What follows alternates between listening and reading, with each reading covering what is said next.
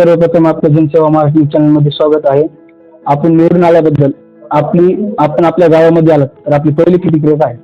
मी माझ्या गावात असल्यामुळे मला माझ्या गावाचा म्हणजे ज्या येळम गावची मी येळम घाट त्याचा मला अभिमान आहे. का की माझे वडील सुद्धा ह्याच गावचे होते, मुलं रवचंदा जेवणदारी, आणि ते कार्यकर्त्यामध्ये ह्याच्यामध्ये ते म्हणजे सगळ्याच्या मध्ये सहभागी होते. त्यांना दलित मित्र पुरस्कार मिळालेला आहे. परत राष्ट्रवादी प्रदेश अध्यक्ष होते. ते मला माझ्या वडिलाचा अभिमान आहे आणि मी त्या गावची माझ्या वडिलाच्या गावची आहे म्हणून मला जास्त अभिमान आहे.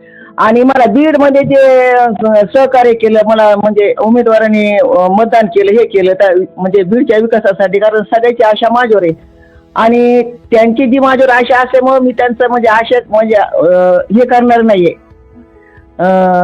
म्हणजे त्यांची जी आशा आहे तर मी बीडचा विकासच करणार, कारण विकास करणार म्हणूनच त्यांनी मला मतदान केलेलं आहे आणि मी त्यांना बीडचा विकास करूनच दाखवणार आहे.